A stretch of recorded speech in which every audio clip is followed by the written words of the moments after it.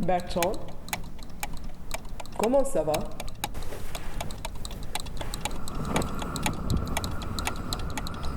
J'ai envie de répondre par le chemin, quoi, par le cheminement. Je vais quelque part, hein, en tout cas. Je sais pas comment, mais j'y vais comme je peux, quoi. Donc voilà ce que je peux te répondre, hein. Alors dans cette question, tu entends comment tu vas, c'est le verbe aller Ouais, que tu entends. ouais. Et comment va ton cœur? Parce que ton cœur ne va nulle part. Mais Ah en bah si, toi, mon cœur, voyage. il est enfermé dans une cage, qui est ma cage thoracique, hein. Il bat à l'intérieur comme un oiseau qui essaye de s'envoler. Et donc là où mes pas me mènent, mon cœur va avec moi, mais il aimerait s'envoler plus loin. Je pense qu'il aimerait me devancer, quoi, pour me guider. Et le problème, c'est que j'essaye d'avancer au même rythme que mon cœur, mais je pense que mon cœur pense que je vais pas assez vite, que lui irait un peu plus vite. Donc je pense qu'il aimerait être devant moi et battre pour me montrer le chemin. Le chemin de la création, qui est quand même celui qui m'accapare le plus, hein. Et puis le chemin des sentiments, de l'amour que je peux peut-être donner aux autres. Je pense que ce cœur me dit fais attention aux autres, quoi. Bah, en ce moment, il y a quand même une notion d'enfermement qui est propre au Covid. Et c'est vrai que j'ai envie de plus être enfermé, quoi. Donc j'apprends ma vie en étant libre, enfin du moins en faisant semblant de l'être, en créant des univers et en m'y plongeant dedans, en les donnant à voir pour passer à l'univers suivant, pour m'en débarrasser en quelque sorte. Enfin en gros c'est comme si si chaque univers était une chaîne de montagnes et donc c'est dépasser une nouvelle chaîne de montagnes pour aller à la suivante, parce que j'ai hâte de voir ce qu'il y a derrière, ce qu'il y a après et d'avancer comme ça à grands pas. Je suis même assez impatient parce que je trouve que ça va pas assez vite, quoi, que je fais pas assez de choses. Donc je suis dans une impatience par rapport à la création. Alors que pendant des années je suis resté selon moi un peu trop en sommeil, quoi. Et puis là, maintenant, un peu tardivement, je trouve, mais enfin c'est comme ça, par rapport à mon âge, hein, je dis tardivement, les choses se déclenchent et donc j'essaye de rattraper le temps perdu. Voilà, j'ai l'impression d'avoir été une sorte de Monte Cristo, quoi, pendant un moment enfermé dans une tour, et je me dis que j'ai encore beaucoup de choses à faire. Donc ouais, c'est ça, c'est avoir le temps de faire ce que j'ai à faire. Et moi j'ai un idéal j'aurais aimé être Fassbinder, quoi, voilà, donc là c'est un peu tard, puisqu'il avait déjà fait 2000 films avant de mourir. Moi je suis Fassbinder tardif peut-être, mais ouais, d'être dans cette énergie là de faire, et de bien faire surtout, c'est pas faire pour faire, hein, mais de bien faire. J'ai encore pas mal de choses à faire, à dire, même si pendant cette période Covid j'ai pu faire, hein, mais tout de même il y a une notion d'empêchement. Enfin, je déteste l'enfermement, je déteste les frontières, je déteste tout ce qui cloue. J'aime pas l'idée. Après, je peux rester dans mon appart des journées entières sans sortir, hein, mais je sais que je peux sortir si je veux.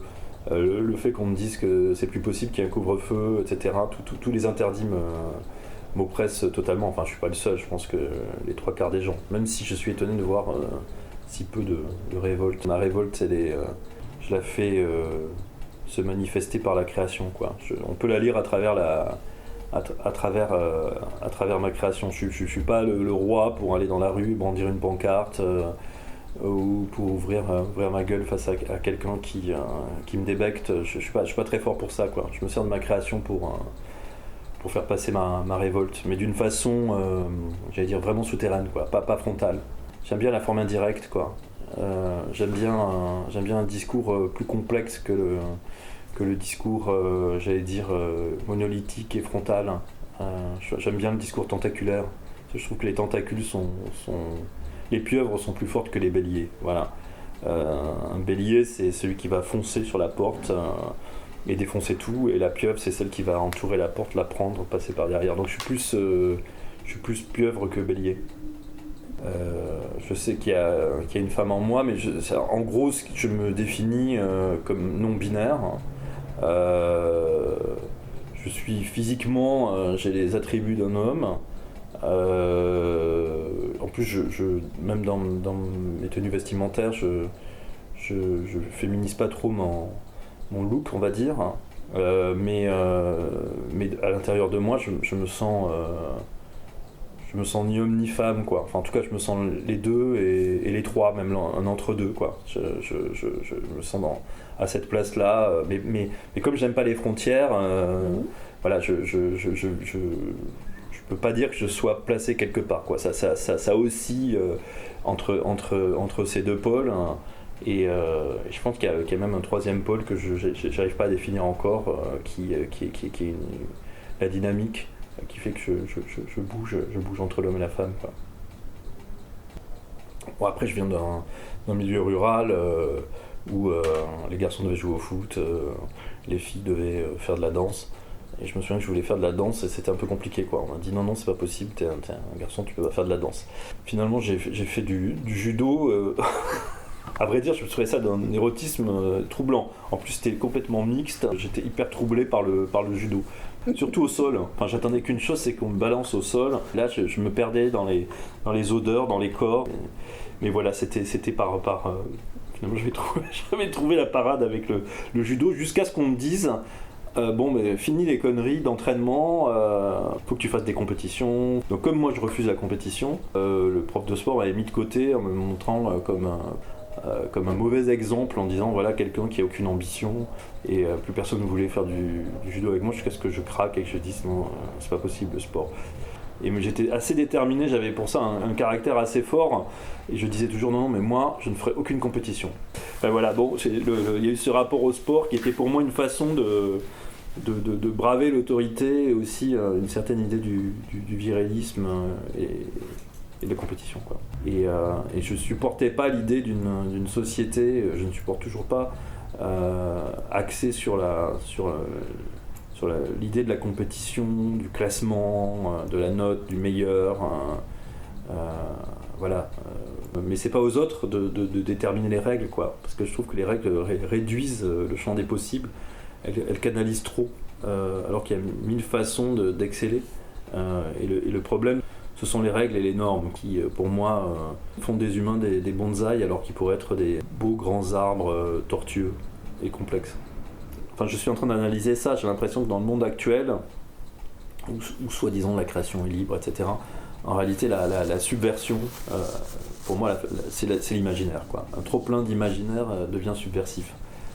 Et le trop-plein de liberté, c'est être amoral, en tout cas aux yeux de la société, c'est déployer un imaginaire qui se veut non conventionnel ou qui va aller puiser à droite et à gauche. Bref, c'est pas pouvoir être rentré dans les grilles du système, et ça fait peur, et c'est une subversion, quoi. Pour moi, c'est vraiment la subversion actuelle, quoi. Enfin, je vois que tout le système est en train de se mettre en place pour quadriller la création, pour la contraindre à des canaux.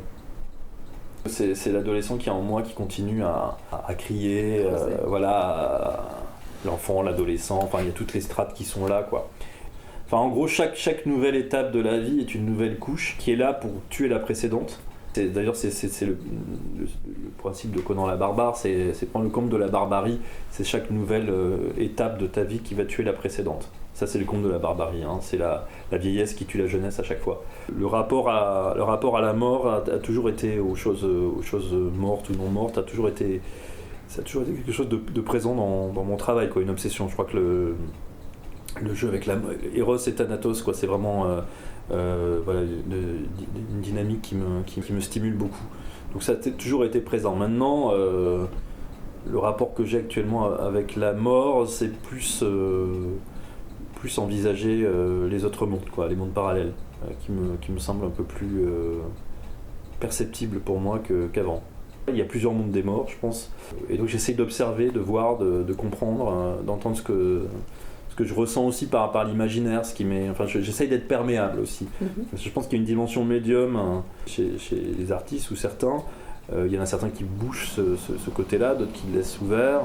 Et moi, j'essaie d'apprendre à le laisser ouvert, en tout cas à laisser parler mon inconscient, d'être perméable à ces choses-là, quoi, à ces mondes parallèles. Et donc, qui me disent des choses, quoi. Et notamment, ils me disent en tout cas, on est là. Montre-nous, parle de nous discrètement ou de façon tentaculaire, quoi. Pas de façon frontale. Sinon ça devient grossier. Donc la question de la mort et de penser aux morts, s'occuper des morts est quelque chose qui m'intéresse beaucoup dans mes derniers travaux, quoi. Elle est pas concrètement présente dans mon entourage, j'allais dire, mais c'est plus un ressenti par rapport à l'autre monde, quoi. Quand on a le nez dans le deuil, c'est autre chose, quoi. Là, moi, je suis une espèce d'observateur lointain qui ressent des choses et qui peut témoigner comme ça, quoi. J'avais rencontré Manuel de Oliveira, il avait 102 ans ou 103 ans, d'ailleurs il avait vu un de mes courts-métrages à l'époque, j'avais été assez impressionné, on avait un peu discuté, et puis je me suis dit ah non mais je veux être comme lui là, voilà, en tout cas je savais que c'était trop tard pour être comme Fassbinder, d'être un mec qui a la flamme tôt, qui arrive à tout donner comme ça et puis après qui meurt. Moi ça a démarré tardivement, je me suis dit bon bah alors je vais essayer plutôt de travailler dans le camp d'Oliveira, quoi. Ce qui arrive plus tard mais qui dure plus longtemps. Voilà, bon après je sais pas ce que l'avenir me réserve, mais en tout cas voilà, c'était des schémas comme ça de cinéastes ou d'artistes où j'essayais de m'accrocher quand j'étais plus jeune à certains, puis après je me suis raccroché. Si j'avais une baguette magique, je demanderais à la baguette fait qu'il y ait plein de baguettes magiques. Que plein de gens aient des baguettes magiques.